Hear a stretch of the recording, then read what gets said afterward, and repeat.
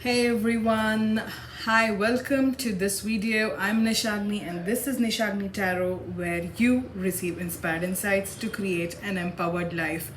So welcome to the part 3 of my top books for magical beginners and or top books for people who are starting out on their spiritual path. So if you haven't caught my first two videos already, I will link them down below in the description box, so be sure to check them out. The part 1 is about the top books for beginner tarot readers. The second video is the best mainstream magical books for spiritual beginners. Now, in today's part 3 of the video, we discuss very specifically the best books for exploring Indian magic and Indian spirituality. Now, before I get started with the book recommendations, I do want to say that I am keeping this list as secular as possible. Although I am a Hindu practitioner, I do not want to include any religious books in this list, purely because I want to make this list as accessible for people, living in India or from South Asia and across religions, and so where they can come in, find a very secular resource list and get started with their brand of Indian magic. Now, if you're going to be looking at India in particular, India has been the cradle of spirituality for eons, right? But when we look at Indian magic in the lens of how Western magic is so documented, there isn't a lot of resources available. At the most, what you would find are religious books or spiritual books. Now, what I'm intending to do is help you get a resource on where you can get started. And the best place to get started is basically to look at your own roots, right? So if you look at all the mainstream magical books out there, whether it's Scott Cunningham or Amy Blackthorne or Matt Oren or anybody else out there, what they're doing basically is taking the information that they see across in their own environments, which is typically, it happens to be North America or Europe, and they put it together in a book, and that book becomes the default book for magical or spiritual beginners. Now, what I would like to do is draw your attention to information or to knowledge that has been in existence in India for a really long time, and which often we tend to ignore, or we don't consider it to be magical learning or magical knowledge. And that's where I want this set of books to add their value, so that even the mundane or something that you're so used to because it's part of your everyday Indian life, you start to realize that the mundane can be absolutely magical as well. So here are my top picks for the best magical books if you want to practice Indian magic or Indian spirituality. So the very first book that I want to talk about is The Blue Lotus by Meena Arora Nayak. So The Blue Lotus is actually a compendium of myths, folklores, and other folk tales of India. It is a humongous book, and this book contains folklore and folk tales and fables from across India, right? All the regions of India, right from Kashmir to Kanyakumari, from Gujarat to Assam, and across central India. So you get the folklore of absolutely all the places across the country. And one of the main reasons I would love for you to start with this book if you want to practice Indian magic is that a lot of times our fables, folklores, and our myths are the sources of magic themselves. So if you consider, for example, a fairy tale from the Panchatantra, while it does focus on archetypes of friendship, love, respect, consent, and so on, many of these tales have elements of magic in them, or elements of Maya. You may have heard of the word Maya. Maya is magic, right? So if you look closely towards your myths, towards your regional myths, towards your folk tales, towards your fables, stories that your grandparents might have told you when you were a child or when you were growing up, right? these stories that get passed on from generations. So these folk tales and these myths contain elements of magic in them, in the sense that they talk of different plants and how they were used for different magical purposes, or the energies of the elements, or the symbolism of animals, right? Or how various deities across religions may have, especially minor and very localized deities, and the role that they may have played as protectors, as midwives, as caregivers for children and the elderly, right? Or as gatekeepers, preventing external, invaders from coming into the village or to the city. So this book contains a compendium of myths and fables and folklore and folk tales from across the Indian subcontinent, and it's absolutely amazing. So this book is quite secular in terms that, or rather all inclusive, I think that's a better term, because it covers myths from across religions in terms of from Hinduism to Islam to Christianity to and Christianity, especially from the Indian angle, because Indian Christianity is still a brand, or is still a religion unto itself compared to the Christianity that anybody else in a Western nation would practice, right? So Buddhism, Jainism, Sikhism, and the local religions that have been in practice by people across in different states. So this book is something that I heartily recommend that you start with, because there is magic in these folklore, and you will discover a new side of India as you start, reading through these amazing, very interesting stories. So this has been my first pick. The second pick that I want to recommend for magical books, or other books that celebrate magic in India, is Sacred Plants of India by Nandita Krishna and M. Amrita Lingam. Here it is. So the reason I'm recommending this book is, of course, obvious. So a lot of us practice botanical magic or botanical energy work and meditation. I myself use a lot of botanicals in my sort of elemental practice. So just to give you context, so when I say magic, my magic is basically about positive visualization, meditation, energy work, and basically harnessing the energy of the elements, for example, in the form of a flower or a leaf, of a cup of water, or standing in the breeze and letting my intention go through. So I work with the energetic value of the elements a lot. And I also work with a lot of symbolism, so a lot of symbols across the world, especially in India too, where we use a lot of rangoli and mandalas. These symbols have a lot of potent energies. So using those symbols and working in an energetic manner, that's what I refer to when I talk about magic, because energetic working is the kind of magic that I do, right? And this is where sacred plants play a huge role in two ways. So one way is using these plants in your day-to-day life, for example, in the form of incense, for example, harvesting these plants and using them, drying them and using them as incense, or using them in your food or in your drink to make tea, right? They have a lot of medicinal properties, they have a lot of healing vibes, and this is something called sympathetic magic, right? Where you use a particular plant or a particular herb to use its symbolism to power your magical working, to power your spell, to power your intention, and so on. So for example, neem is a very good plant which has a lot of healing vibes, right?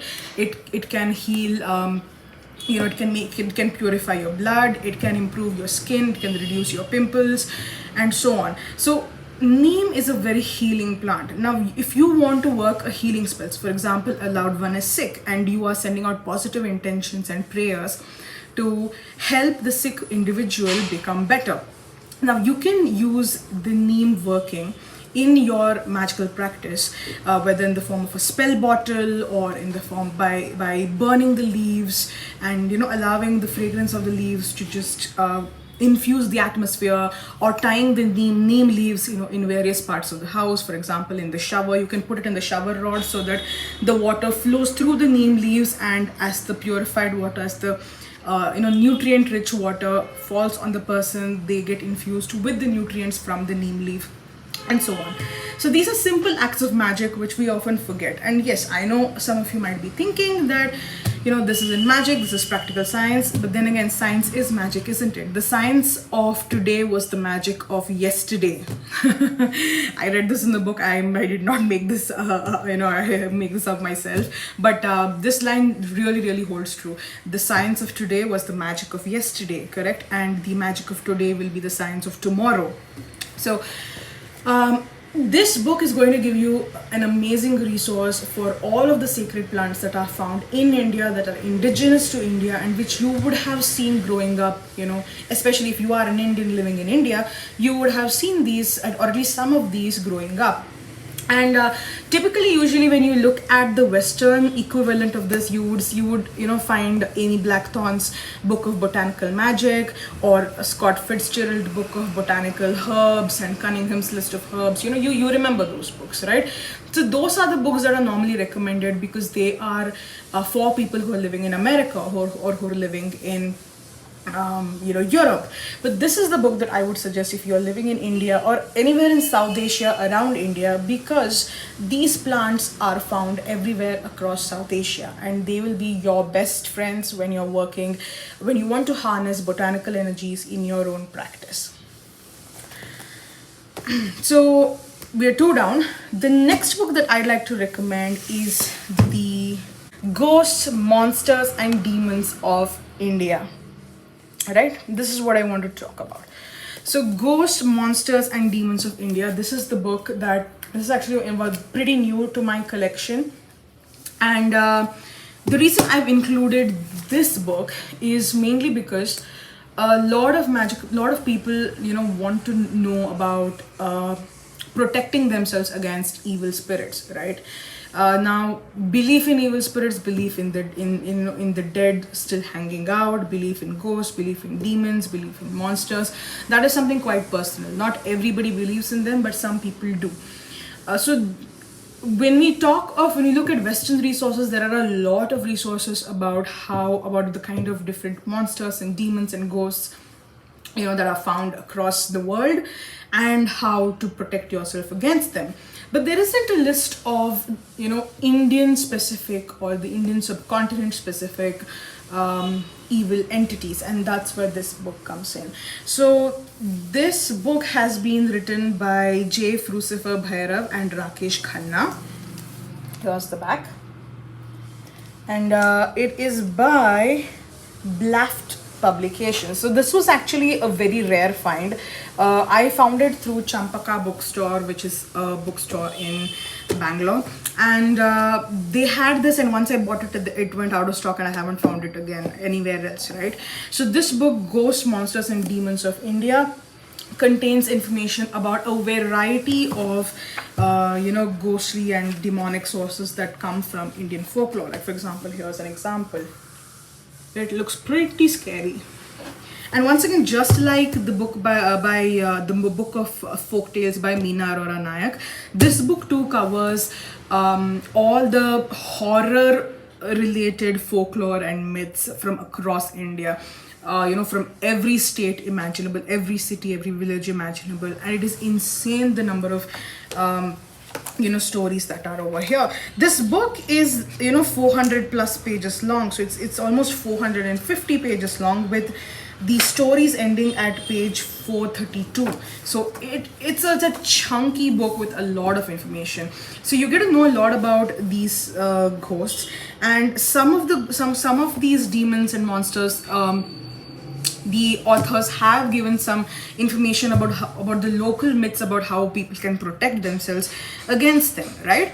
While some of them you don't have a lot of information, and so you can use this information in your own working if you feel, if you believe that there are spirits, malevolent spirits out there, and you want to protect yourself and your loved ones against these malevolent spirits, then learning about them is the best place to start.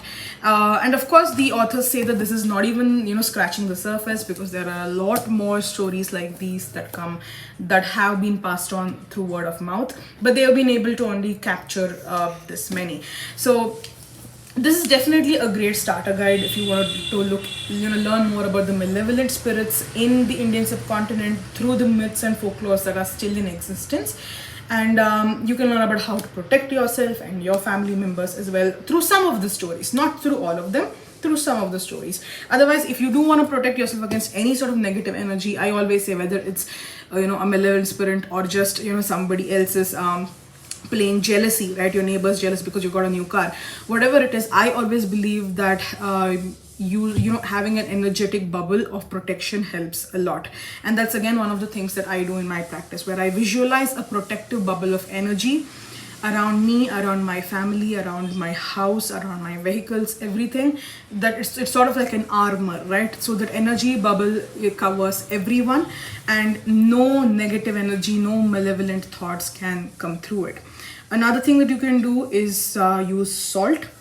Just putting a bit of salt at your doorways can help. Salt is a protective mineral, so it prevents negative energies from coming in. But one thing you need to remember is that do not put salt where there is open earth. For example, you have potted plants, please do not put salt on the ground, because salt can leach away the water and the nutrients, and the plants can die out, right? So it's best if you use salt only if it is on like a concrete surface, where it won't leach the materials out of the earth.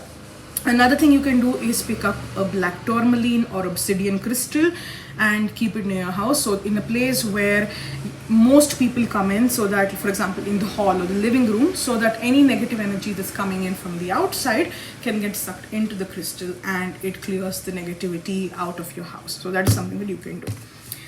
So this was the third book. The next book that I want to recommend is actually a part of a set that I purchased, and that is the 64 Yoginis by Dr. Anamika Roy. Now, the reason I have included this one is because I personally work with the Yogini energies, and initially I did purchase the Yogini Oracle by Stella Dupuy. I have done a walkthrough of this deck, and I will put a link to that video down in the description box if you want to see the cards yourself. So these cards are pretty amazing. So I'm just going to show you a couple over here so you can get a sense of how they look, right?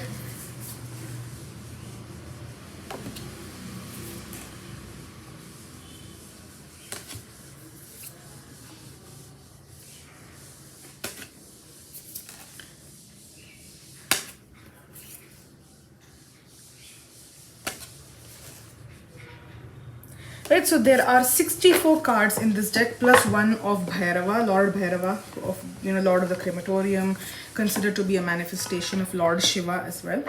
So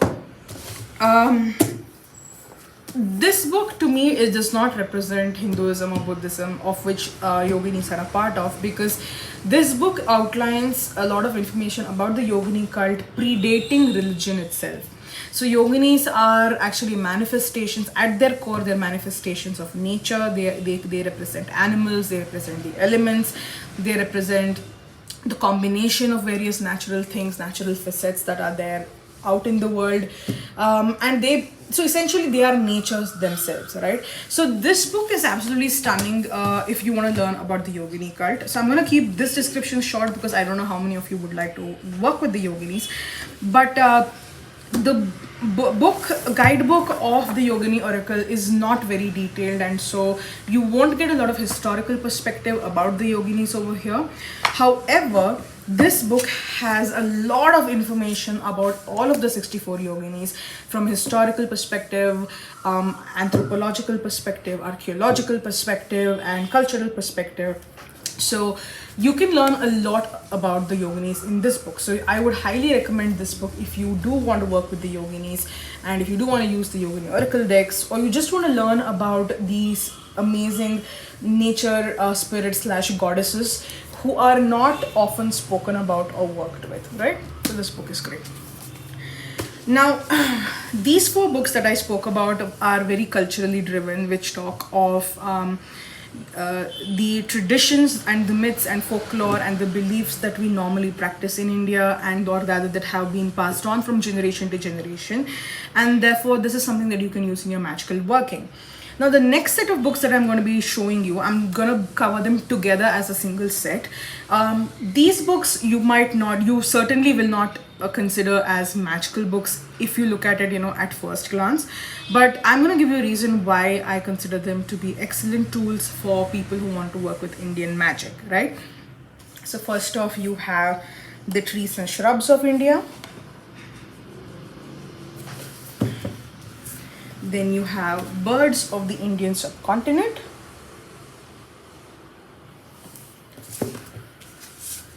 Then you have Indian Mammals, a Field Guide.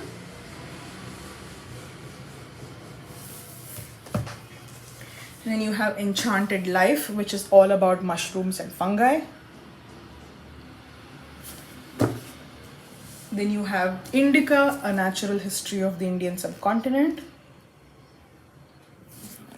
And finally, you have Marine Life in India. So, why have I, tagged these books as magical books? That mainly stems from my practice once again. So just like how I work with the energy of the elements, I work with the energies of natural creatures such as plants, animals, birds, insects, and so on. So here's what I do. So for example, if I want to channel the strength of perseverance, right, the quality of perseverance, I imagine a spider constructing a web, and as I meditate, I think about the spider constructing the web, working its way around, and someone comes and too much traffic, and someone comes and breaks down the web, right? And so now the spider has to restart again. All of its hard work is gone, but that's where its perseverance, clicks in, and the spider starts building its web again and again and again until finally it succeeds, because the person destroying it is tired out now, because no matter how many times they come to destroy it, the spider comes again and again and again and completes building the web, right? And they leave the spider and the web alone, and that's when the spider succeeds. So when I meditate, I imagine this energy, I imagine this story, and I imagine myself being the spider. I imagine myself embodying the willpower and the courage and the consistent hard work and perseverance exhibited by the spider. And whatever working I'm doing, whatever goal I'm setting, as I meditate upon it, as I send out my positive energy and visualizations towards it, I imagine myself being the spider and embodying that energy of perseverance so that I can carry it forward in my day-to-day working. So this is a way of, kind of reframing our mindset so that we can remove those limitations of, okay, if I fail, then that's it. Whereas if you reframe your mind to think that you are the spider, you are the persevering animal, you are the persevering powerful entity who will succeed, then you are more likely to put in the effort needed to succeed in reality, right? So that's the kind of magical working that I do. And this is where these books actually really help, right? Because you get to learn so much about the real life characteristics of these animals. And as you learn about them, you learn about what animal you want to channel as you work, as you work your magical workings, as you do your positive visualizations, as you do your meditations, and so on. So you will know what animal, what plant, what insect you want to channel so that you can embody their spirit, right?